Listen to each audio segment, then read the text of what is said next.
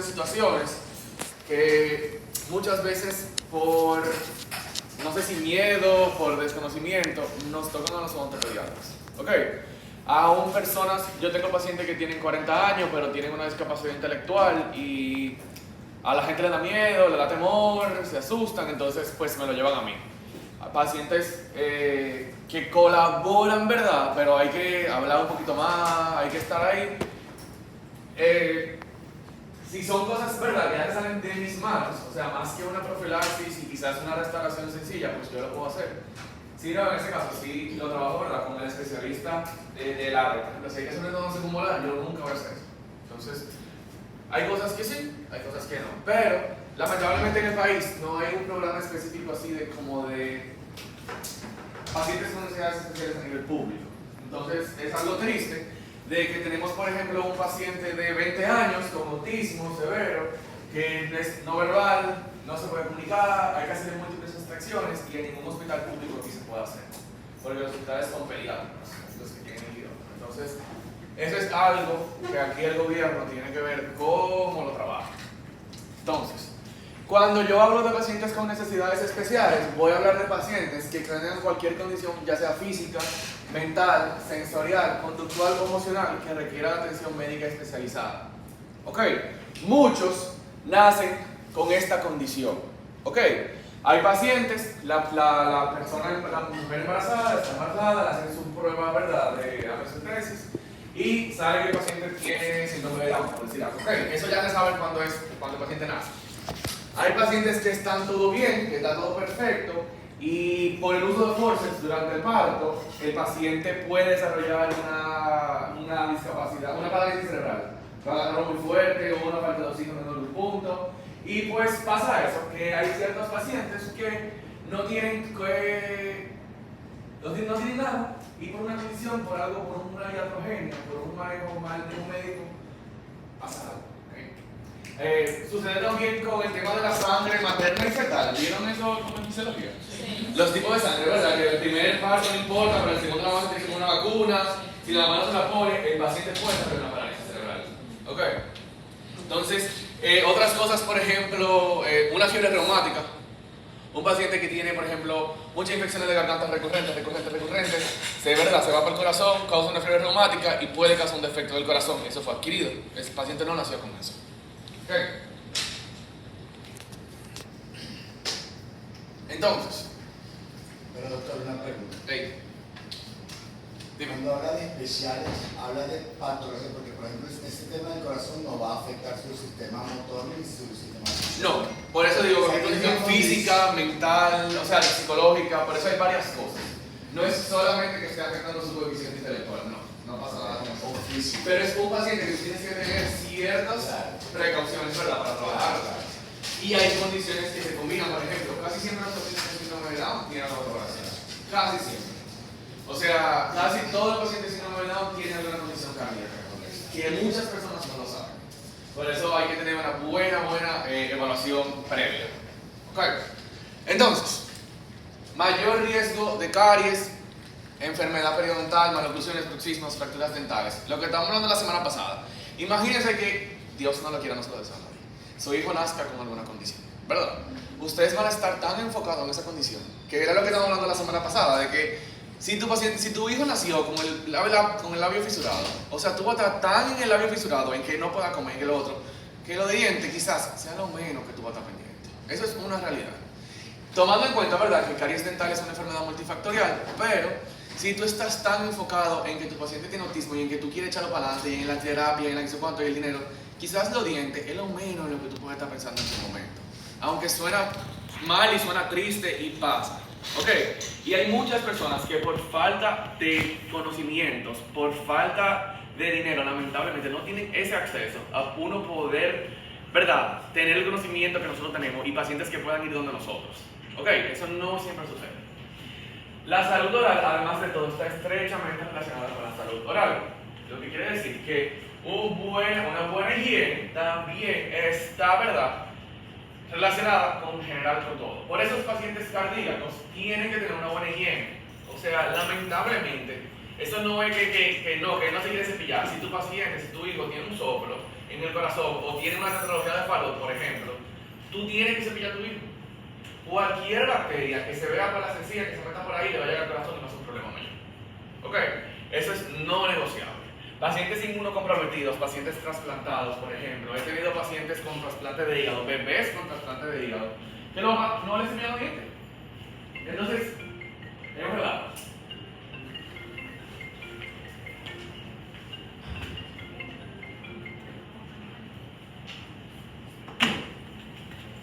Entonces, ¿qué pasa, sobre todo aquí en este país? ¿Qué pasó? O sea, no tiene que ver con el tema per se, pero me llamó tanto la atención con respecto a lo del trasplante de hígado. Ajá. Ese paciente, nadie estaba ese día cuando él vino aquí a posgrado. Ajá, Franklin. Ajá.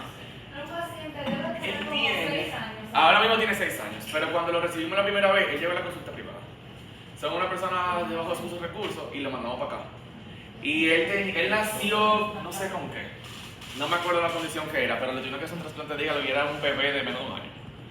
Y por ejemplo, él tenía caries dental, tenía defectos del desarrollo en los dientes estaban verdes. Sí.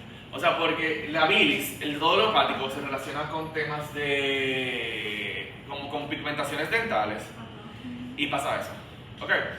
Ese es un paciente verde, es un caso muy específico, pero sí pacientes trasplantados tienen que tener una súper buena higiene dental, ya de cualquier edad. Porque tú no puedes ponerte a hacer tratamiento pulpario a lo loco, porque pueden fallar, es un problema para su vida. El paciente está tomando inmunosupresores. Entonces, cualquier condición que el paciente tenga, sobre todo en cavidad oral, que es lo que nos afecta a nosotros, pues puede ser para su vida grave. O sea, grave. Hay que cuidarse, tiene que cuidar mucho. Y ese niño en particular iba para allá a evaluarse para una exodoncia que tenían que hacer. Y ¿Tú tienes un trasplante de hígado? Sí. ¿A qué edad lo toman? A los 2 años. Completo, parcial, ¿sabes? Una intriga. No tengo idea, pero con trasplante de hígado que se le hicieron a los 2 años. Ahora mismo el niño tiene 6, iba para exodoncia. Los dientes, como dijo el doctor, los tiene verdes. Le han realizado varias extracciones. Tiene muchísimas lesiones de esta área. O sea, tiene una higiene bucal de verdad. Pero también el niño tiene un comportamiento un poquito. O sea, se necesita un buen manejo de conducta para trabajar. O sea, por lo menos. Él tiene que tener algo también del desarrollo de ese niño. Eso no se entiende normal. Él tiene algo. Por eso no es importante. Entonces, lo que yo les estaba como que le introdujo un poquitico, barreras al cuidado. Lamentablemente, vivimos en un país del tercer mundo, donde no está todo lo que uno quisiera tener, no hay acceso a todo lo que uno quisiera tener, barreras estructurales, problemas financieros, seguros médicos insuficientes. El tema de los seguros médicos es algo terrible aquí. El tema con la falta de preparación por parte de profesionales capaces de poder atender a estos pacientes. Hay que tener medidas de cuidado en algunos, por ejemplo, ahora los vamos a ver, no se preocupen. El tema de ansiedad dental y dificultades del comportamiento. Muchas veces procedimientos complejos, lamentablemente hay que hacerlo en quirófano. ¿Ok? Esos son temas de anestesia general.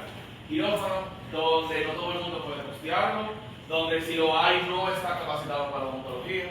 Lamentablemente en este país hay hospitales públicos que tienen quirófano. Yo no trabajo a nivel público, pero sé de hospitales que tienen quirófano a nivel público, pero son hospitales técnicos.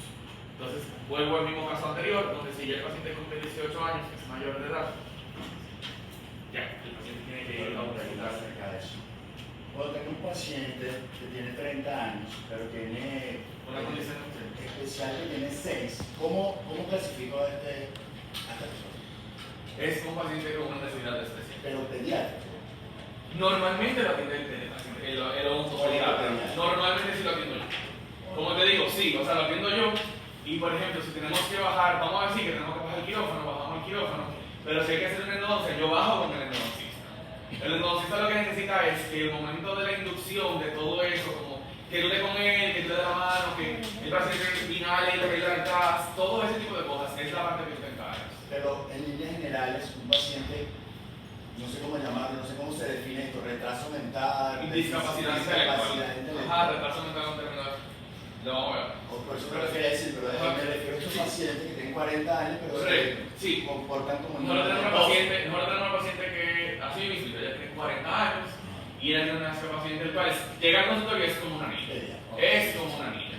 Literalmente es como una niña. Tú le dices, hola, ¿cómo tú estás? Ella se llama Claudia. Tú dices, hola, Claudia, ¿cuánto?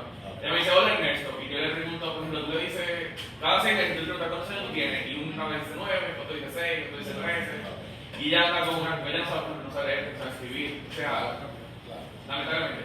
Es una paciente que ha ido a cuidados preventivos desde que es muy pequeña. Entonces, no ha necesitado ninguna cosa muy especial. Como un tratamiento preguntar así. Gracias a Dios. Ok, en caso de que sí, pues ahí sí trabajaríamos en conjunto, por ejemplo, el pedio y yo. Yo acompañando al paciente, haciendo el manejo de conducta, que me ha tocado en pacientes pediátricos donde el endodoncista me dice, yo no lo puedo anestesiar. Y yo tengo que ir a su consulta y yo hago anestesio. Y estoy ahí con ella y yo cobro, obviamente, porque yo no voy a ir de gratis. Entonces pasa eso.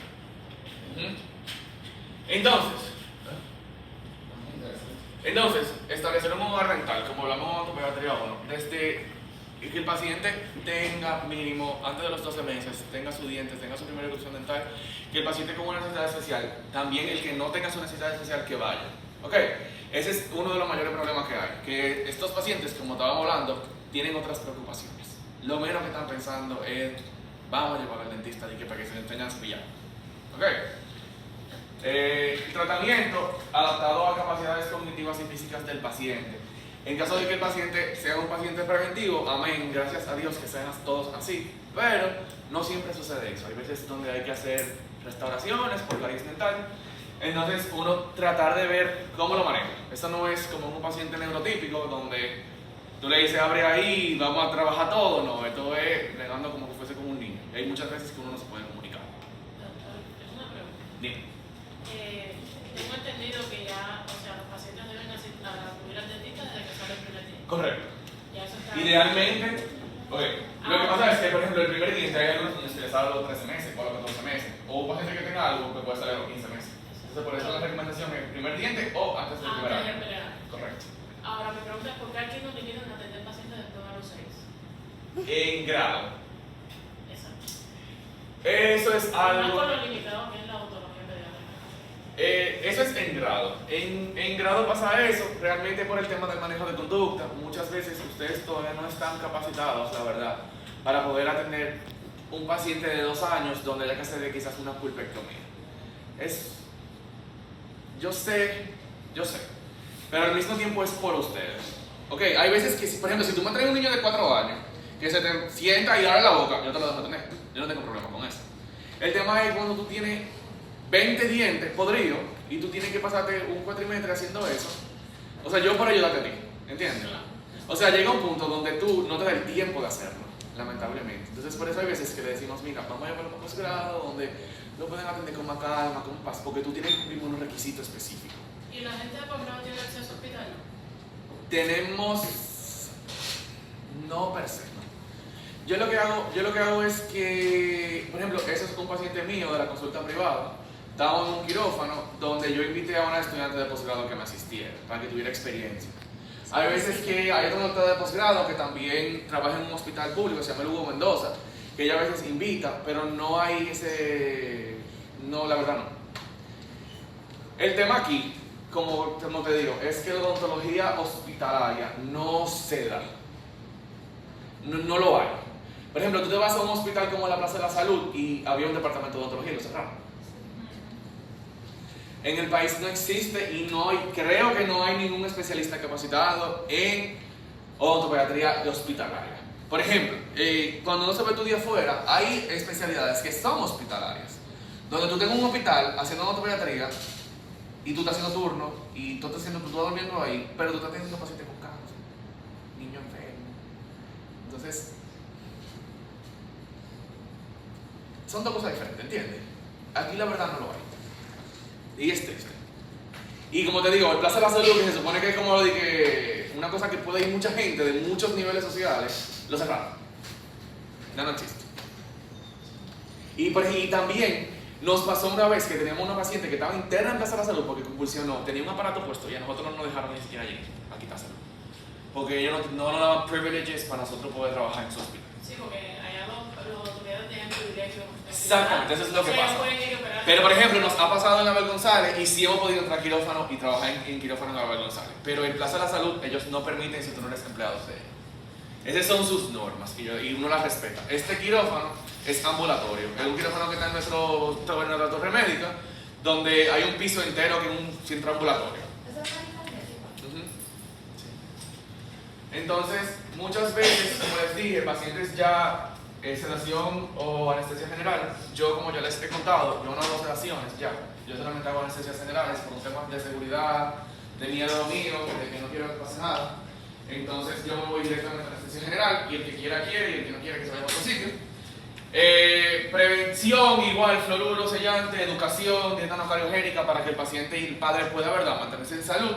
Y transición a la atención adulta planificada y coordinada para mantener el cuidado. Eso es una de las cosas que aquí falta, donde no hay con quién hacer esa transición. A nivel privado, pues ¿verdad? Uno la coge, uno se queda con él, aunque como estamos hablando, yo tengo pacientes de 40 años que son como unos niños, whatever, no importa, a mí no me importa. No sé cómo se manejaría con pediatría, por ejemplo, no sé si pasa pediatría o a ginecología, la verdad no sé, no tengo ni idea, no tengo nada más ni idea, pero sería interesante, ¿verdad?, investigar qué sucede en esos pacientes. O sea, cognitivamente a lo mejor es un paciente de 3 años, pero ¿Sabes lo que pasa? Que muchos de esos fisiológicamente pacientes tienen el libido muy alto.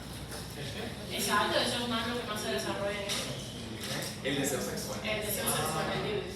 Nosotros tenemos una paciente, ella tiene una discapacidad intelectual, el esposo tiene una discapacidad intelectual, eran unos niños que se juntaban. Ellos lo juntaban así como que un playdate.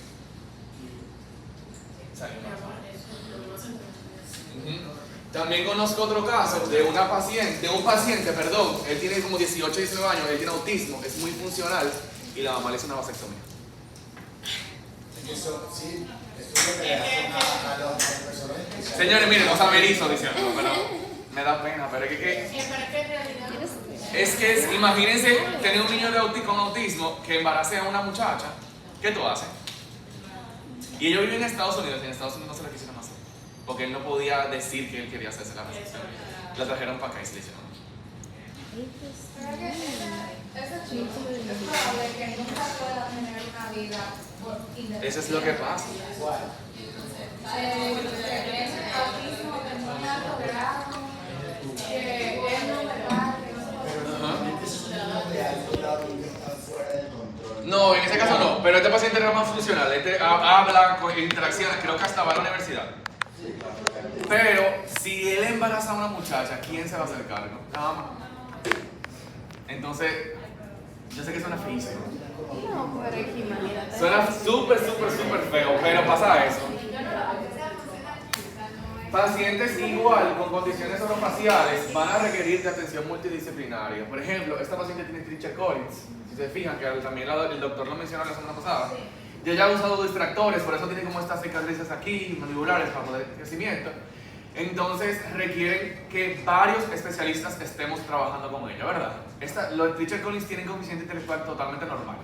Son pacientes totalmente normales, lo que pasa es que tienen esta condición orofacial, pero tú hablas con ellos y es una persona normal, totalmente normal. ¿Ok? Por lo que con el tema multidisciplinario, enfrentar barreras financieras adicionales, donde tú tienes que pagarle a un perio para que haga el tratamiento periodontal, un endo que haga la sinodoncia de los dientes, después un restaurador que haga todas las prótesis, después el médico general que haga cosas, el cirujano plástico, ¿entiendes? Entonces se va juntando cosas. Miren, Enfermedad periodontal de no, este tiene malformaciones craneales. el papillo. Este de la película esa, ¿ustedes han visto esa película? Sí, que es un rubito. Sí. Él tiene el Treacher Collins en la película, se supone. Ajá. Que es el niño de Doctor Room, ¿no es? Jacob. Wonder, creo que sí, ajá. Creo que sí. Ajá. Sí. Entonces, miren la condición en que ella llega a la consulta. Entonces, eso es multidisciplinario. Eso yo no, eso bien, yo la puedo recibir, hacer una profilaxis y referirla a donde sea, porque yo no trabajo con nada de eso. Muy fuerte. Demasiado para mí. Entonces, igual, si ustedes reciben un paciente donde lamentablemente, o no lamentablemente, Si ustedes reciben un paciente donde ustedes definitivamente no saben cómo manejarlo, si ustedes reciben un paciente y a ustedes les da temor, les voy a decir, a mí al principio cuando me gradué de odontopediatra, a mí me daba miedo también, porque es verdad, llega esta persona y tú estás así como que mierda, y ahora, ¿y qué hago? Y si se atora, y si se traga el agua, y si lo otro, eso se va quitando con el tiempo, eso uno se lo va quitando. Pero, en caso de que uno definitivamente no quiera, porque también esa es una decisión, si ustedes no quieren trabajar con ese tipo de pacientes, ustedes pueden referir y derivar al especialista encargado de eso. Por ejemplo, si yo les digo a un paciente con un labio paladar hendido que hay que hacerle algo de cosas, yo se lo voy a mandar al doctor Brache, o sea, eso no es ni que hablar. No pasa absolutamente nada con eso. Entonces, primera cosa que quiero que veamos, discapacidad intelectual. Ok, anteriormente, idiota, imbécil, moro o retraso mental. Ok, eso ya no se dice. Esa es una palabra deliberante que no se menciona. Por favor, traten de no decirlo. Retrasado. Tú no lo dijiste, yo sé por falta de conocimiento, pero eso es algo que ya no se dice. ¿De acuerdo? El término es discapacidad intelectual. Ese es el término de caso. Desarrollo intelectual significativamente por debajo del promedio, acompañado de limitaciones en la adaptación al entorno. Ok, es un paciente que su coeficiente intelectual no está de acuerdo con su edad. Pueden haber casos leves, moderados o severos. Hay pacientes que pueden hacerte matemática básica, pueden sumar. Hay otros que definitivamente no te pueden hacer nada. Ok, hay otros. ¿Perdón? No pueden hablar. No, hay algunos que sí, pero son como unos bebés. Hay algunos que hablan mal, te hablan, pero tienen que ver qué es lo que te están diciendo. Hay otros que, como te digo, no pueden ni leer, ni escribir, ni sumar, nada. Ok. Higiene oral deficiente son pacientes que, ¿verdad?, por su falta, ¿verdad?, de desarrollo de inteligencia, no pueden cepillarse de la manera adecuada, por más que uno quiera. Gingivitis, maloclusiones, caries dental, bruxismo, babeo, traumatismos y conductas autolesivas. Son pacientes que tienden a tener conductas, por ejemplo, con las uñas, se la clavan, se lastiman, se muerden, o se pueden lastimar con, por ejemplo, un punto de la encía, se lo tocan, en caso de una contracción, por ejemplo. Sí. Entonces, son pacientes que se pueden llegar a portar muy bien en la consulta, siempre y cuando estén familiarizados previamente. Como recomendación, llevar al paciente por la clínica, que conozca, que vea lo que es, señales, mucho manejo de conducta, mucha paciencia, ¿ok? Pero te pueden entender prácticamente todo. Comunicación clara y repetitiva, lenguaje simple, nada muy técnico, pausado y después confirmar que el paciente está entendiendo lo que ustedes van a hacer. Si una profilaxis es fácil, ¿ok? Pero hay pacientes que al principio pueden estar un poquito más frecuentes, pero después se portan bastante bien. Estos se portan muy bien. Instrucciones una por una y reforzar con elogios, son niños. ¿Ok? Puede tener 30 años y apláudele, porque le va a gustar que te aplaude. ¿Ok? Literalmente, se lo aseguro. Escuchar activamente, ver el. Si nosotros tenemos, por ejemplo, una paciente con una discapacidad intelectual, yo la puedo tratar en grado. No, creo que no. O sea, pero si tiene, por ejemplo, si es un paciente preventivo, quizás. Vamos a ver que, por ejemplo, mi hermana tiene una discapacidad intelectual y tiene 37 años, yo la puedo tratar en grado. Pero tiene algo. O sea, sería profilaxis. O restauraciones. Puede ser. Si colabora, puede ser. No, sí. Pero hay que ver. O sea, hay que ver todo, ¿verdad? Yo no soy el coordinador, entonces yo le puedo decir algo, pero la otra mayoría te puede decir otra cosa. Sería tratada en ortopedia en el caso de. Yo entendería que no ortopedia. Que no toque. Eso hay que aclararlo. Yo entendería. Lo que pasa es que normalmente. Lo que pasa es que Cada normalmente. duda siempre. Sí, lo que pasa es que normalmente en grado aquí tú no tienes pacientes con necesidades especiales. Ok. Eso es algo de posgrado. Pero por ejemplo, Mohamed tuvo un paciente con autismo leve. Entonces, él se portaba bien, lloraba un chin, pero se dejaba, ¿entiendes? Yo tuve una patología y el manejo fue Difícil. Lo atendiste aquí. sí, Ah, bueno, Se no portó puede. bien. ¿Y qué tenía? ¿Cuál era su diagnóstico? yo diría Sí. Yo también tenía una cirugía de sacaba los dientes con Sí. un tornillo. Cosas así. ¿Y se dejaba trabajar? Sí. Yo creo que el estudiante se debe estar preparado para esas cosas. Yo estoy de acuerdo con Chiquito, ¿verdad? Pero, Protocolo que lo que hace a veces no sé, yo no creo que esté escrito, la verdad, pero no sé. No tengo idea. Uno termina su requisito de odontopediatría, porque tal vez eso se puede hablar. sea, sí y no, pero no sé. O sea, no, la verdad es que no sé. Como que lo que siempre se ha hecho es que se ha mandado a posgrado, porque es lo que siempre me han dicho a mí. Yo soy un docente. Pero, o sea, lo que ustedes me argumentan, no veo por qué no. ¿Entiendes? No, yo no, o sea, en mi caso, si ustedes trabajan conmigo en ese día, yo no vería por qué no.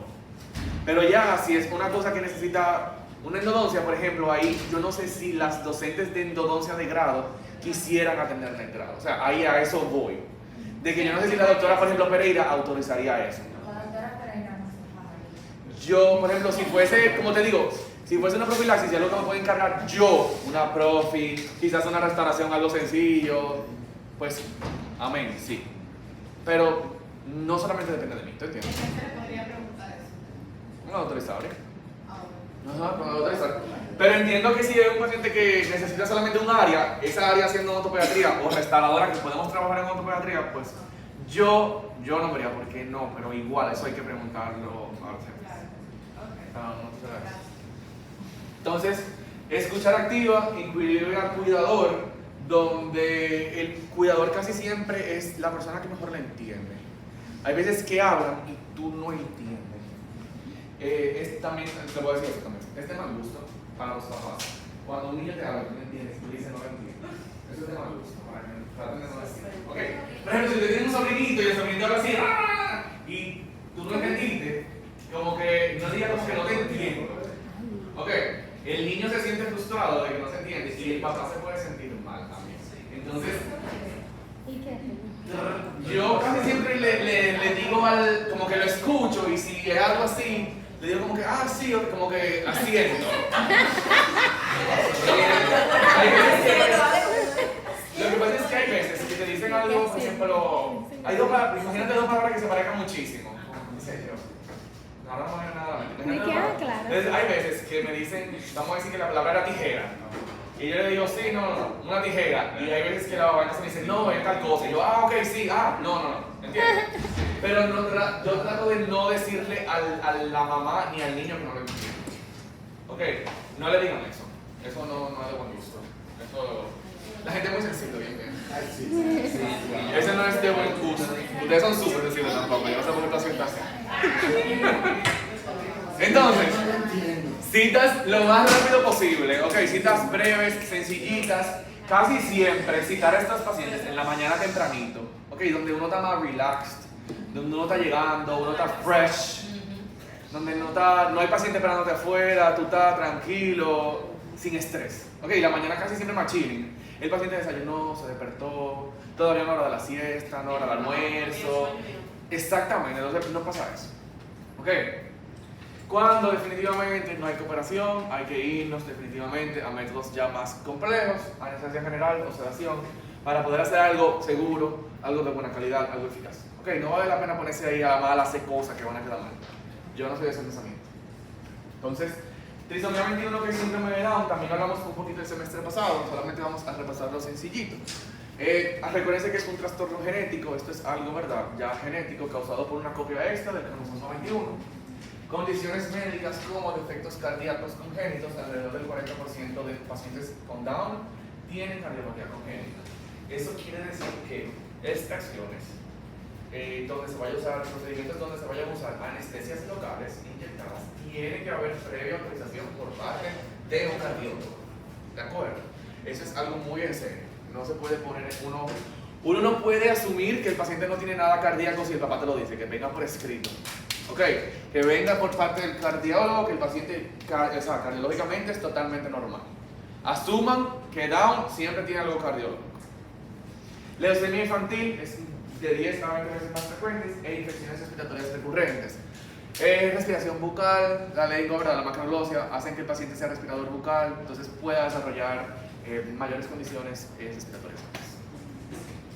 Casi siempre hay una relación oclusal prognática donde el tercio medio está deprimido, por eso el paciente siempre se ve como medio clase 3.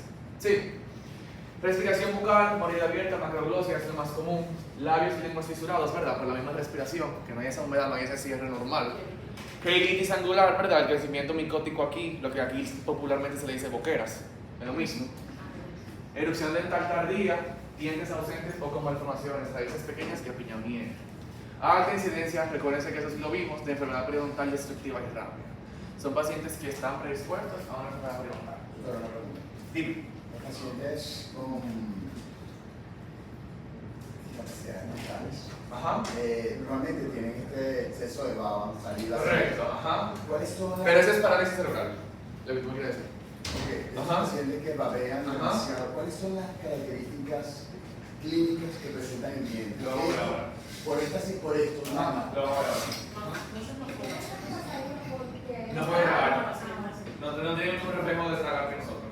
No tenemos un Entonces, el manejo en consulta. Muchos son muy afectuosos y muy cooperadores.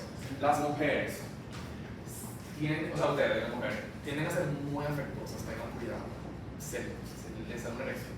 Ok, se les pega a ustedes y le puede agarrar también el pecho. Tengan cuidado con eso.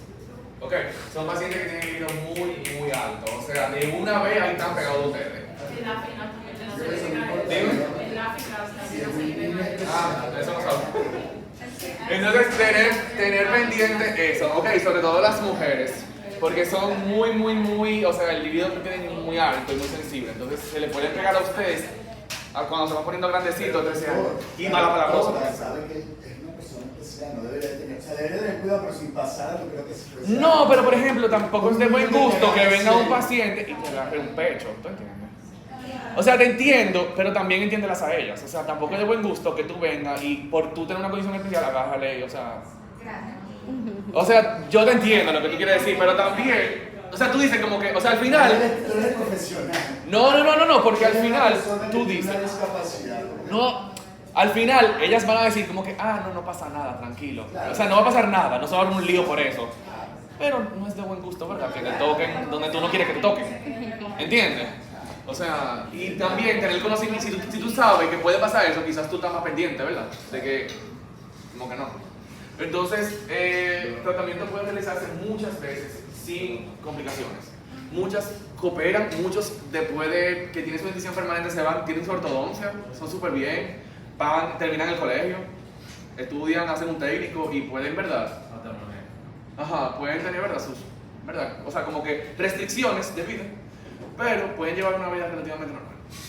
Enfoque preventivo, terapia periodontal y sedación o anestesia en caso de que, ¿verdad?, el paciente no coopere, porque quizás tienen síndrome de Down, una discapacidad intelectual muy severa, pero hay veces que te pueden entender.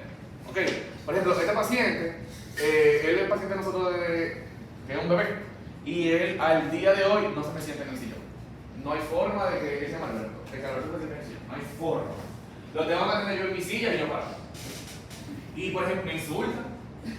Me insulta, me dice una palabra y yo le digo, ¡hey! Y de una vez me dice, ¡perdón! Pero me dice, coño, me dice que vaina, me dice que me quite, que supongo que yo, ¡hey! Tranquilo, vamos. Son pacientes que también pueden llegar a ser así, pero digo, mala palabrosa. ¿Eso es parte de la condición? Es parte de la condición. Sí, no es porque... Entonces,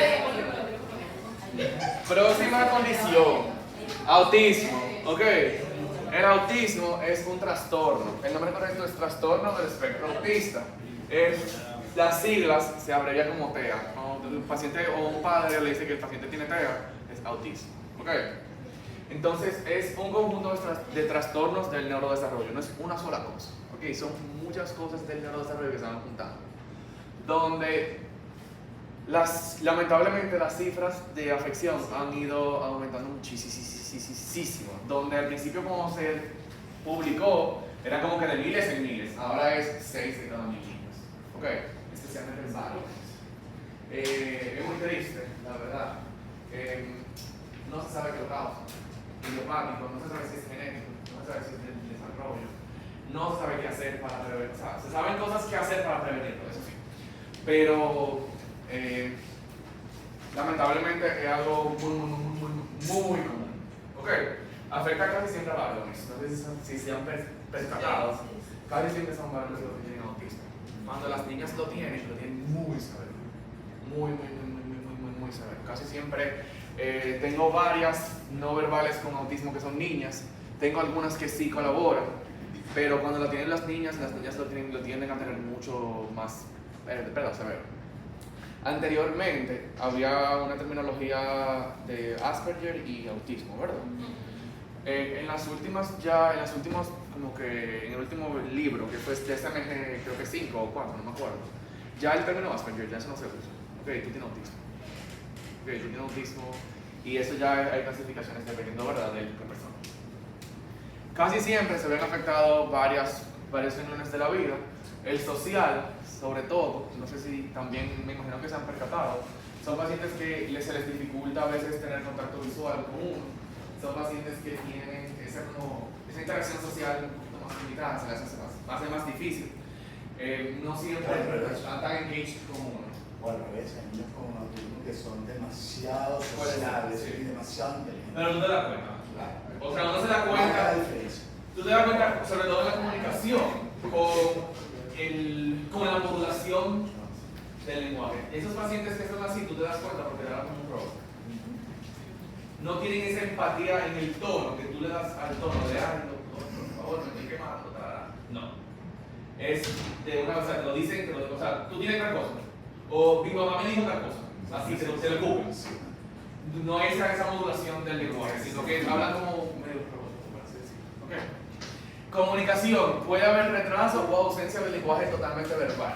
Okay. Hay pacientes con autismo que son no verbales. Cuando la madre te dice que él tiene un autismo no verbal, es que el paciente no se comunica con la voz, o sea, con la voz. No hay comunicación. No obstante, no significa que el paciente no se comunique. Okay. Si el paciente quiere agua, él puede agarrar a la mamá, la lleva a la nevera y le dice que quiere agua. Ok, pero no lo dice. Hay pacientes también que hay sistemas que lo mismo manejo de conducta, de PECS, que son imágenes, donde el paciente, yo lo he visto personalmente, que van juntando palabras y hacen oraciones. Y el paciente no habla, pero puede formarte una oración en papel. Y sonidos característicos también. O sea, También tienden a tener. un grito para agua. Conductas repetitivas, movimientos estereotipados, manos, mirada fija, por ejemplo, un aleteo con las manos casi siempre, como para autorregularse. En momentos de estrés, para el paciente poder volver como nosotros, ¿verdad? Respiramos y normal, nos tranquilizamos. El paciente hace sobre casi siempre movimientos repetitivos. Casi siempre sale como un aleteo, como así. Empiezan y hasta que no se regulan, no lo dejan de hacer. Okay. Hay otros que igual se tapan. Okay. Obsesión por rutinas y objetos.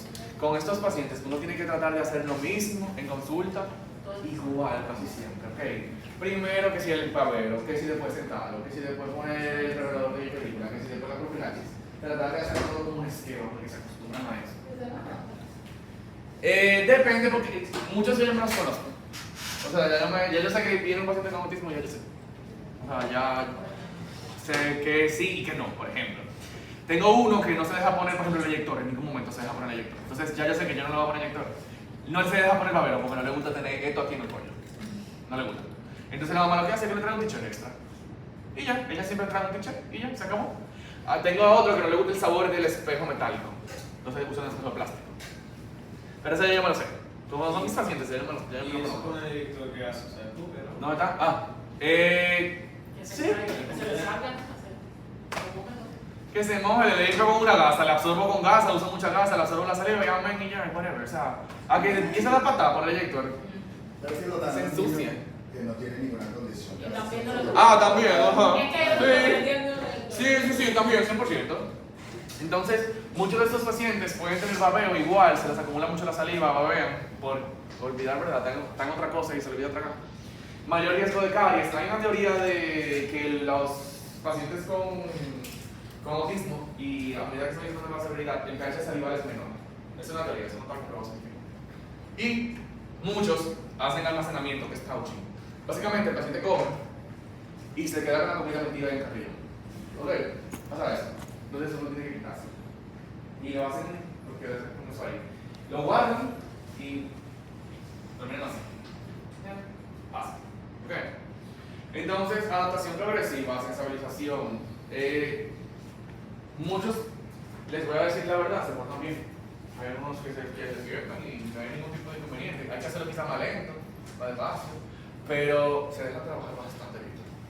Pero eso va mejorando, ¿verdad? Con cada cita. Citas progresivas, donde quizás si hay que hacer algo de mayor complejidad, pues tú vayas con lo más sencillo, así incrementando la complejidad. Rutinas predecibles y objetos familiares, como yo le estaba diciendo. Si al paciente no le gusta el babero, que no se ponga el babero, no le va a pasar absolutamente nada. Pero que lo va a hacer porque tiene que tener un teacher extra. Y ya, no pasa nada. Sedación, dispositivos como el papús para estabilización protectora en caso de que sea necesario. La verdad no he tenido que usar, gracias a Dios. Pero sí hemos tenido que irnos a quirófano con pacientes con autismo no verbal por caries en infancia temprana, muchas lesiones, terapia pulpare, corona, donde la verdad es que era imposible hacerlo despierto. Y el tratamiento debe adaptarse siempre al nivel de funcionamiento del niño. Hay niños que son súper funcionales, como estaba diciendo por ejemplo Omar, que uno puede hablar normal, uno puede tener una conversación, pero tú te das cuenta, ¿verdad?, que hay algo. Tú te das cuenta como que hay algo aquí. Pero, pues uno puede manejarlo y adaptar la consulta a ellos. Me pasa muchas veces que muchos padres no me dan la información. Por ejemplo, pacientes de primera consulta no me lo ponen en el formulario. Cuando uno pregunta que si el paciente tiene alguna condición médica especial, ellos no te lo ponen y te lo dicen en persona. O hay algunos que te lo dicen al final de la consulta. Yo no sé por qué. Eso me da un pique. Yo me imagino que sí, que da vergüenza. Me imagino que da vergüenza. Mira, esto es un duelo. Cuando te diagnostican tu hijo con autismo, es como que se te murió un hijo. Esto es un duelo que tú tienes que enfrentar y vivir. Porque esto es como que tu hijo no va a ser normal por alimentar. Entonces hay mucha negación. Hay mucha negación por parte de padres. Muchos padres que se van, que buscan terapias alternativas. Yo no sé si ustedes han escuchado o han visto en series lo de la cámara hiperbárica. Hay unos estudios en Ecuador, imagínense. Hay gente que se va de aquí a Ecuador a meter a los niños con autismo en una cámara hiperbárica para curarlos. Y gente estudiada. O sea, gente normal de mi consulta. Mi mamá me dice que hay muchos padres que con los hijos se ponen brutos.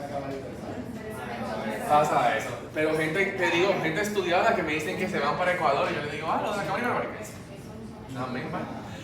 Hay también, ustedes que viven mucho en Miami, ustedes han escuchado una cerveza que se llama Therakids o Thera... Eso es lo de retro. Eso es, yo no sé lo que hacen, pero eso se llevan al niño, que sé yo, cuántas semanas, te lo dejan ahí y te lo devuelven hablando. ¿Sí? Therapies, creo que eso queda en Florida. Eso, mucha gente se va para eso también.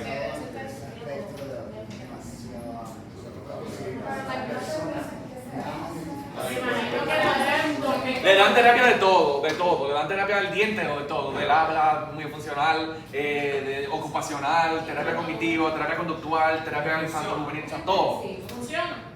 Hay gente que sí, o sea, que viene mejorando, sí. Yo creo que lo tengo, que como dicen ahí, dale, que se llama Lo estaba buscando, pero no me acuerdo. Es bien costoso.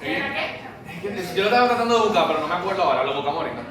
Eso lo tienen en la Florida, porque sé que hay gente que se va, pero igual ellos también tienen una teoría, hay una teoría con las dietas de los niños con autismo también, que dice que todo tiene que ver con el gut health, donde en ese sitio te recomiendan que no le dé dulces, azúcares añadidas, que no le dé metales, que no le dé nada. Y entonces los niños comen 3 cosas y se supone que con eso también se van a sanar. Ese es otro programa que te venden en Estados Unidos, donde con esa dieta tú vas a sanar a tu hijo. Yo no sé los nombres, doctor, pero quería agregar que en una universidad de Inglaterra va viendo justamente este fin de semana una neurocientífica que está hablando justamente de esto y se ha comprobado casi fiel que el problema del autismo está saliendo del intestino. Desde allí, de ese proceso de formación y de alimentación. Hay mucho de eso. Es más, hay un enfoque de eso, de caries dental. Y normalmente estos pacientes, cuando les regulan las dietas, tienden una cierta a tener una mejoría. Sí, yo tengo pacientes que cumplen la dieta y los mismos papás me han dicho como que sí, es diferente, pero ¿qué te digo? ¿El qué? Se llama Therakids. Eso, creo. Míralo aquí. Eso. Es en Ocala. Ajá. Eso la gente se va para allá y se lo van, no sé si una semana al mes o qué sé cuánto, pero le dan de todo, le dan de todo. Imagínate que dan speech, language, feelings, Ajá. following, reading language, reading skills. Todo eso. Todo eso. Eso es un dineral. Manejo day camp. O sea, como que tú lo llevas ahí, te le dan toda la terapia en un día y después tú vuelves al día después y le dan otra vez toda la terapia otra vez. Pero es intensivo. Porque, por ejemplo, normalmente lo que uno hace, por ejemplo, ustedes conocen a mi hermana es terapeuta del habla, y ella, por ejemplo, ve a los pacientes 2 veces a la semana. En este programa te ven todos los días por no sé cuántas semanas. Pasa eso.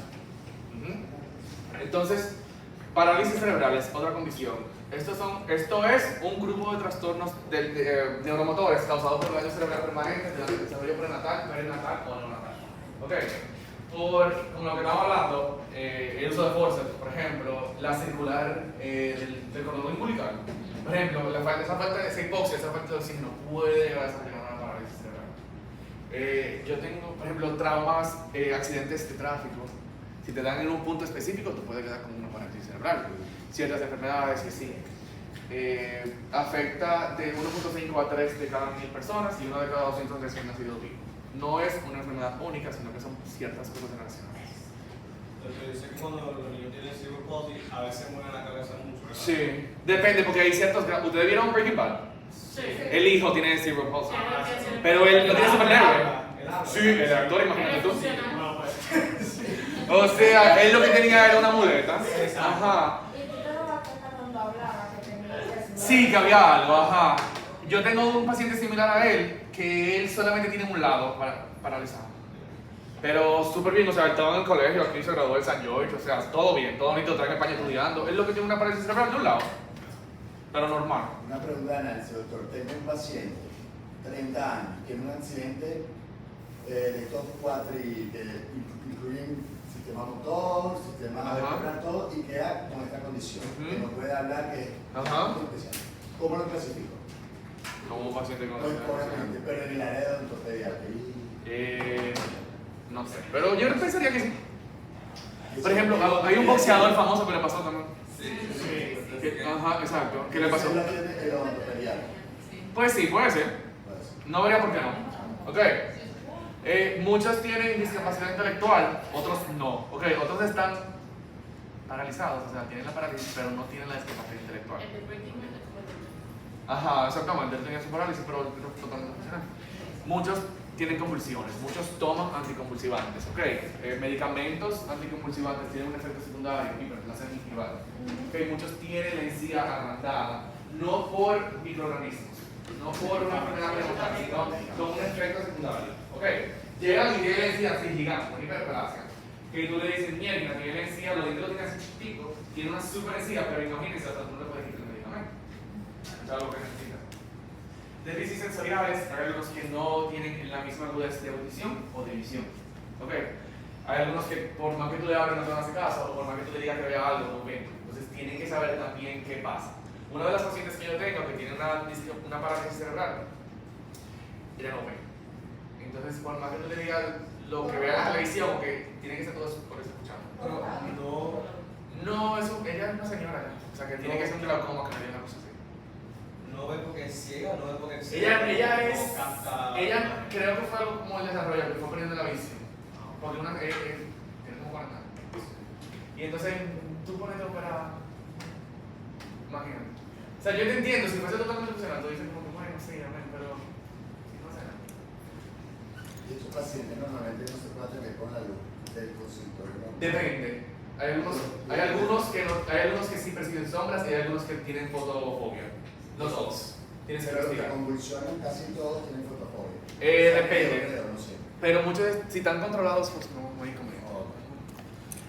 Trastornos del habla, muchos no hablan, algunos pueden balbucear, algunos pueden decir verdad. Y contracturas articulares, que están como contraídos, como estamos hablando. Ajá. Entonces, enfermedad periodontal, que es muy común. ¿Ok? Higiene deficiente, el papá, la mamá están metiendo otra cosa. ¿Ok? Lamentablemente no tienen dientes, ahora mismo. Dieta blanda, rica en carbohidratos, muchas no pueden masticar de la manera adecuada, por lo que todo tiene que ser en papilla. Las papillas se acumulan, ¿ok? Si tú no le limpias bien, la papilla se te puede quedar ahí pegado desde el primer molar permanente, ahí pegado por quién sabe cuántos días, ¿ok? El paciente no tiene la capacidad de mover la lengua, como que vea que se pone de comida y limpiarse. No pueden hacerlo, lamentablemente. Caries dental, el mismo tema de la dieta, la multifactorial, todo, la falta de higiene, la movilidad, o sea, la respiración bucal, todo ese tipo de cosas. Maloclusiones, casi siempre hay un paladar bien profundo, bien estrecho, porque la mordida casi siempre está abierta. Los incisivos están protruidos, tienen característicos sobre mordida horizontal aumentada y pueden tener mordida cruzada también. Casi siempre tienen la boca abierta, como estaba hablando, y el babeo, abundante, y tú te das cuenta. Bruxismo, muchos, y traumatismos dentales, si se caen, tener la boca abierta todo el tiempo, ¿verdad? La protrusión de los incisivos por la mordida, por la respiración bucal, te hace más propenso a que cuando caigas, o si te das con algo, lo que impacte sean incisivos. Perdón, si no tienen la capacidad muchos de ellos de cerrar, mover la lengua de manera normal, por decirlo de alguna manera, ¿cómo pueden tener bruxismo? Depende, hay otros que no están en esa condición. Eso depende de cada uno, ¿verdad? Del caso.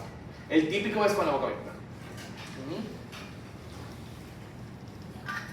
Entonces, preguntar al cuidador, papá, mamá, tutor, sobre la condición, qué pasó, el diagnóstico, qué sucedió, medicamentos, sobre todo, ¿verdad? Consultar al médico tratante si es necesario, en caso de que haya que hacer una extracción, que haya que hacer un tratamiento un poco más invasivo y el paciente esté tomando anticonvulsivante o algún tipo de medicamento, siempre, ¿verdad?, consultar previamente, hacer la interconsulta.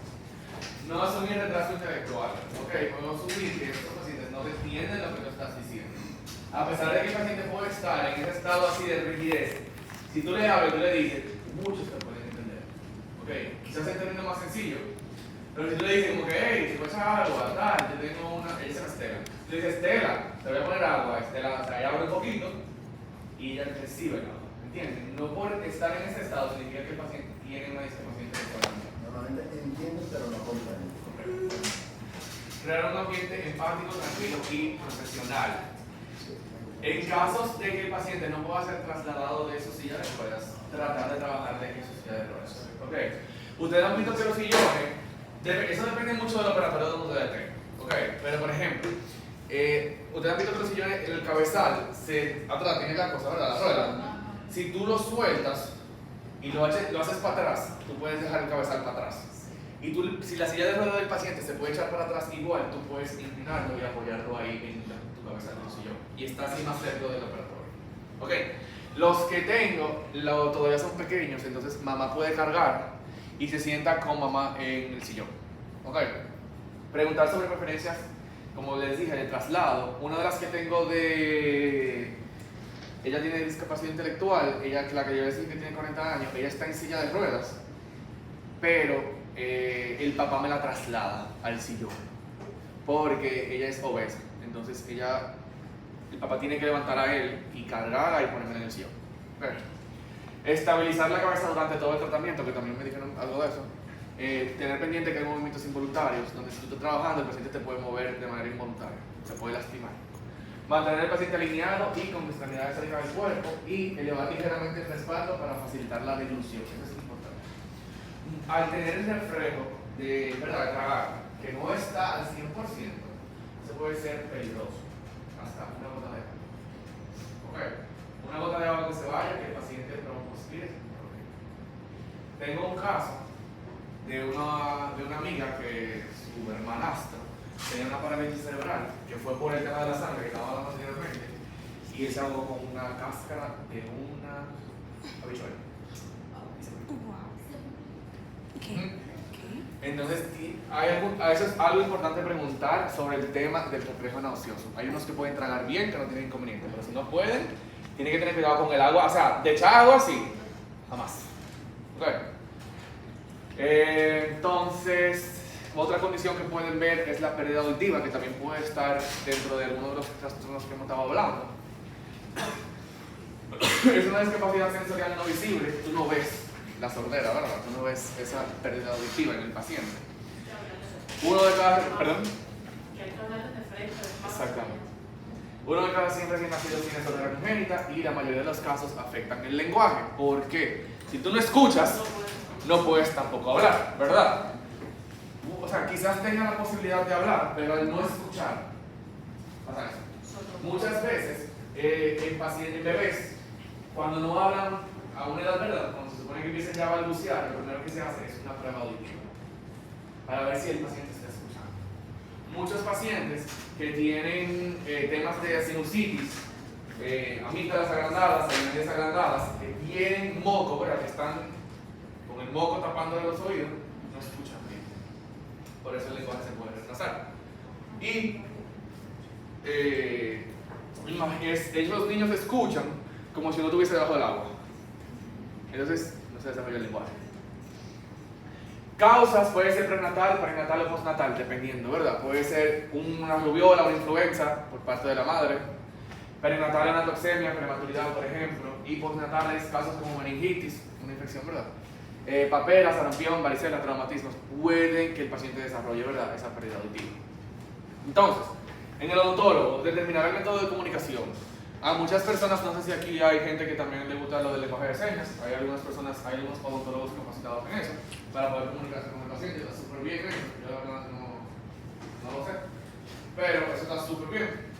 Hablar de frente, ok, tienen que tratar de hablar siempre de frente con el paciente. Muchos leen los labios, okay. Te leen los labios, esa es una opción, de manejo. No gritar al paciente, porque por más que tú grites, el paciente no te va a escuchar, ¿verdad? Eso no significa, y no exagerar tampoco lo que tú le estás diciendo, ¿ok? Ahora normal. Una opción, por ejemplo, venden de esas mascarillas así, la opción sencilla es, quítate la mascarilla. Ok, cuando tú le quieras decir algo al paciente, te la tienes que quitar, porque no te escucha, pero te lee los labios. He tenido casos así, donde tú lo que tienes que hacer es bajarte la mascarilla, tú le dices y el paciente hace lo que tú le estás diciendo, ¿ok? Entonces, aumentar la visibilidad, explicar todo con gestos, imágenes o por escrito. Por ejemplo, con el dique de goma, no le tapen los ojos, porque si ya no escuchan, imagínense ahora tampoco ver. Entonces, manejar eso. Contacto físico tranquilizador, tocar el hombro, mantener la conexión visual, el paciente, ¿verdad? Tocar. Y decir, mostrar, sentir y hacer. Mostrar instrumentos y que lo sientan antes de, ¿verdad? Porque no van a escuchar, no van a saber. Por más que tú digas que sabe a uva, ¿verdad? Que lo sientan, ¿verdad? Doctor, pero respecto a lo del dique, o sea, siempre vamos a ser creativos entonces. No. El dique, colócalo bien. Lo que pasa es que hay veces que ustedes colocan el dique, que el muchachito tiene el dique aquí arriba. Entonces, evitar bloquear el campo visual, lo mismo. Ajustar el audífono antes de realizar el instrumental rotatorio. Muchos tienen ya el implante nuclear, ¿ok? Y tienen un aparato aquí. Hay veces que si el paciente no se porta bien, eso se despega porque eso es como un imán. Entonces hay veces que se lo tienen que ajustar y sobre todo preguntar, quizás si vamos a usar algo rotatorio, una turbina a alta velocidad, si le molesta mucho más con el implante, entonces se le puede quitar, ¿ok? Y confirmar comprensión, siempre ir preguntando y siempre hablar de frente, que te vean los labios. Siempre que te vean, que te puedan leer los labios. Eso es lo más importante. Entonces, visual, donde afecta a 30 millones de personas en el mundo.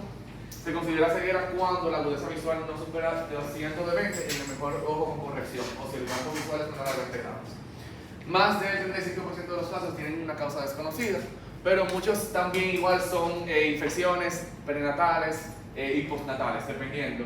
Parto prematuro, diabetes, glaucoma, sífilis, son cosas igual, ¿verdad? Con el tema de intraoral, como no ven, lamentablemente, pueden ser más propensos a tropezarse, caerse, fracturas, traumatismos, eso es lo más común. Y inflamación gingival, porque no pueden ver, no se van a cepillar, entonces no les pasa eso. Estos pacientes con autismo, ciegos, sordos, ¿lo podemos ver en clínica como ortopeda? No sé. Yo creo que no. Tienen una condición, pero no tienen una discapacidad. Estos pacientes son... Lo que pasa es que el término discapacidad ya no trata, es como, es lo mismo, vuelvo a lo mismo Que de... no escuches, una persona... Sí, tú puedes tener tu paciente con una pérdida auditiva, yo entiendo que sí. normal, porque no hay... Sí, 100%. No tiene Sí. discapacidad mental. Es que no es una... O sea, sí te entiendo, pero sí. Entiendo que sí, que un paciente con una pérdida auditiva tú lo puedes tener normal, no tiene nada que ver. Sería más difícil, pero igual, o sea, pero si tú tienes un adulto, tú lo puedes atender normal en él, ¿no? Normalmente estos pacientes que tienen algún tipo de problemas en situaciones, en los sentidos, desarrollan otros más agudos. Sí, exacto. Entonces, determinar el grado de la discapacidad visual, si distingue algo, luz, sombra, si la luz te molesta, si se la pone de frente, por ejemplo. Hay algunos que aunque no ven, si le ponen la luz, le cierran los ojos. Hablar directamente al paciente, no al acompañante, aunque no esté viendo, que escucha, como tal dice mamá, o sea, tiene los otros sentidos mucho más desarrollados. Establecer confianza con un contacto verbal y físico tranquilizador. Guiar al paciente con instrucciones verbales claras y no moverlo sin avisar. Siempre decirle lo que tienen que hacer. O sea, si tú lo vas a mover, como, mira, te voy a tocar y lo vas a mover para tal sitio porque no te está bien. Evitar referencias visuales. No le digan que le van a poner una pasta amarilla o una cosa rosada porque Ay, Dios. el paciente no sabe lo que es eso. Ok, él nunca ha visto eso. Pero pasa. Uno se Pero pasa. Es que, aparte de sentido común, eso es un hábito, como un impulso, que eso es algo que te sale natural. Porque uno lo hace tanto con los niños. Es como ya que te vuelve líder. Ajá, o sea, por ejemplo, cuando yo pongo graduación, hay veces que si el niño no quiere, yo le digo, mira, te voy a poner un champú azul. Pero eso es algo que ya te sale natural. O sea, tú lo puedes, tú lo haces hasta sin pensar. Por eso lo digo. Que el paciente toque, huela o saboree instrumentos, no ve. ¿Ok? Demostrar instrumentos, la copa de profilaxis igual, les muestran hacer lo mismo. Evitar sabores fuertes, usar pequeñas cantidades de materiales, porque el paciente, ¿verdad? Y consultar sobre fotofobia, y en caso de que el paciente tenga fotofobia, se le pone una lente de sol y ya no pasa absolutamente nada. ¿Ok? Siempre tratar de guiar la mano cuando vaya al general, tratar de enseñarle, guiar dónde tiene que cepillarse mejor, dónde está. Usar materiales en braille en caso de que tengan grabaciones de audio para la educación dental, anunciar entradas y salidas del consultorio, como que va a salir tu papá, entró tu mamá, vino el doctor, vino la doctora, tal cual. Limitar el número de profesionales que atienden al paciente para que, ¿verdad?, la mujer se acostumbre. Y mantener un ambiente relajado, importante. El paciente no te está viendo, o sea que si tú estás estresado, si te escuchan la voz, o tú estás pillado porque algo te salió mal, lo vas a sentir, lo vas a poder interpretar. No te está viendo que tú estás enojado, pero lo siente y tú no le puedes sonreír como para disimular, como te ves. Ok.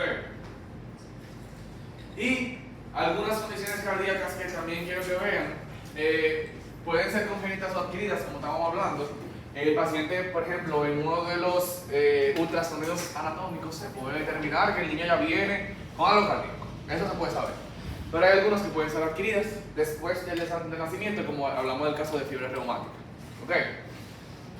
Y también algunas pueden ser cianóticas y acianóticas, dependiendo del transporte de oxígeno del paciente. ¿Ok?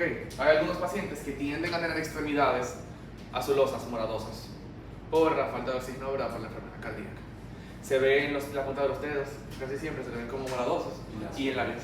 ¿En dónde? Y las uñas. También. Exactamente. Entonces, un trastorno que es interesante que ustedes conozcan es la hemofilia. Okay. No sé si lo han visto ya en pacientes. ¿Lo vieron ya más o menos? Ok, pues vamos rapidito entonces. Es un trastorno de coagulación causado por deficiencias en factores procoagulantes, lo que impide formación adecuada de ese coágulo. Okay. Muchas veces nosotros podemos ser un profesional que se dé cuenta de una hemofilia leve. ¿Por qué? Porque si tú haces una extracción y el paciente no coagula bien, ese es un signo de alerta. Okay. Me pasó con una paciente que me refirieron para unos premolares. La paciente vino, ya tenía todo, me mandaron a hacer extracciones de premolares con su indicación y todo. Y cuando yo hago el primer premolar, lo hago bien, todo, le pongo su gasa y la niña como que no hace hemostasia, no para, o sea, no deja de sangrar. Y entonces como que le dejo su gasa ahí, todo, me voy al otro premolar, lo extraigo y cuando limpio el otro, el primero, me sale el coágulo entero así, una cosa que yo digo que esta niña se me va a morir aquí, en la consulta primaria. Dios mío. Yo rezando con la gasa ahí puesta, de que esta niña parada de sangrar. Y para mí esa niña tiene un tema de hemofilia. O sea, la mamá nunca me lo dijo, nunca le he hecho prueba, pero yo estoy casi seguro. No, ¿te acuerdan de Fabián? De Fabián. ¿Se acuerdan de ella? No. Bueno, ella no. Ajá, Canizales. Sí. Ok, ¿de quién ella? De Rosemary. No. Oye, entonces, ella tuvo un niño que también pensamos que tenía hemofilia, no diagnosticada. Ella le hizo una extracción y el día después ella llegó con la foto que le mandó la mamá, una cubeta llena de sangre, por una extracción de un molar primario. Pero así lleno, una cubeta así, lo coágulo así, explotado de sangre. Una cosa horrorosa. ¿Y qué pasó con el niño? En el hospital Robert Rick Cabral hay una unidad de hemofilia. Eso es muy común aquí. Y lo tienen que internar. Yo no sé qué pasó en ese momento, porque como la doctora Marjorie era la jefa en el hospital, ella habló con la coordinadora de ese departamento, lo que hay que hacer en esos casos es que al paciente se tiene que inyectar el factor que le falta en la sangre para hacer la coagulación. Okay. Es así se evita ese tema. Pero hay diferentes tipos. Ajá, hay diferentes tipos dependiendo de lo que tú tienes. Por ejemplo, tú puedes tener hemofilia A, hemofilia B, hemofilia C. Y el factor que te falta es una vez diferente. Por ejemplo, fíjense, aquí es el 8, aquí es el 9, aquí es el 11. En la cascada de coagulación, dependiendo de lo que te falte, pasa eso. Y también está la de von Willebrand, ¿verdad? La von Willebrand, ¿la escuchado? La enfermedad de von Willebrand, que es lo de los moretones. Ajá. Que es como algo parecido a la hemofilia. Entonces, como les dije, el sangrado oral puede ser puede ser un signo de alerta y una de las cosas que uno primero ve. ¿Ok? Sitios como un esternillo, lengua por algún tipo de traumatismo, por ejemplo, accidental.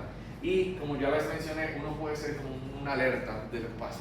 Entonces, pacientes que el sangrado no se controla, que se sangre se coagula así, niños que mandan fotos así. Ese niño, yo me acuerdo que la doctora Marjorie me enseñó la cubeta de la foto y era una cubeta de Fluapián, llena de sangre. La almohada del niño así lleno, o sea, una cosa que parecía que mataron a alguien. Horrible. Entonces, manejo preventivo, tratar, ¿verdad?, de que no haya nada a preguntar, porque si hay un tema a preguntar va a haber mucho más sangrado, ¿verdad? Es inhibir, periodontitis, hace que haya más sangrado, se pide. Y general, profilaxis con goma de goma, de traje supragingival, sin necesidad de reemplazar el factor que le falta. O sea, el paciente puede venir con diagnóstico de hemofilia y usted puede trabajar y hacerle su propio sin problema. En caso de que haya sangrado en cierto punto, por ejemplo, casi siempre al inferior, ¿verdad?, que es donde más se acumula ese cálculo, o quizás vestibular de molares, control local de sangrado, presión, trombina, colágeno, fibrina, compresión. Compresión con gasa, uno lo controla. Que no se activa la cadena de coagulación después para eso. Lo que pasa es que en estos casos, o sea, si tú sabes que el paciente tiene hemofilia, tienes que tener Cuidado, de no hacer un detartraje así que tú te estás llevando la cosa a la mala, ¿entiendes? Con el tema de la anestesia, igual, si tú vas a infiltrar, no hay que reemplazar el factor faltante. Pero si van a colocar una troncular, un bloqueo, sí tienen el paciente previamente ir a que le inyecten su factor de coagulación que les falta. Siempre aspirar antes de inyectar, ¿ok? Y observar por hematomas postoperatorios. Restauraciones, dique, delgado, que no sea uno muy grueso, que lastime, estable. Evitar trauma con la grapa, con la cuña, con la matriz, con el material de impresión y cuidado con los inyectores o cánulas.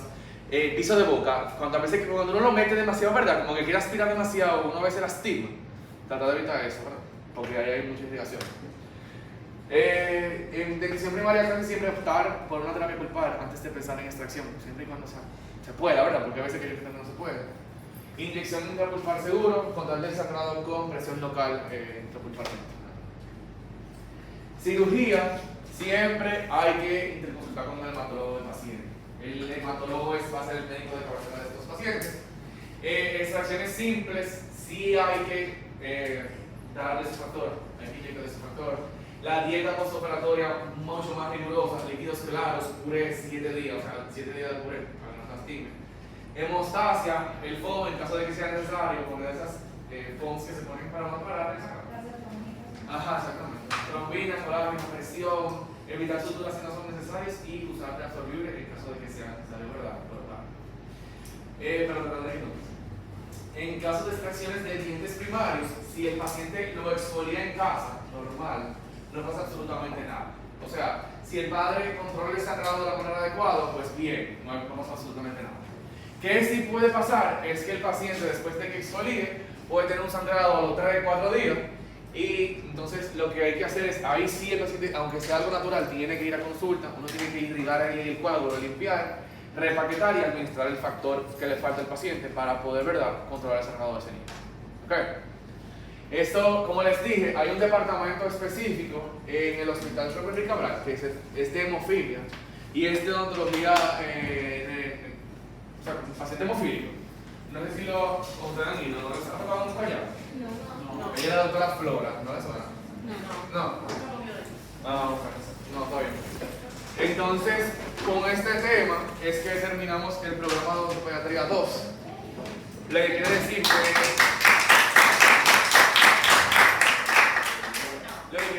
que para el examen final iría lo de traumatismos, coronas, pacientes especiales y me pasa algo, ¿verdad? Ajá, exacto. Entonces la semana que viene vamos a hacer la práctica. Recuerden que es en el laboratorio de rehabilitación. Traigan todo, ahí está la lista. Nos vemos ahí la semana que viene.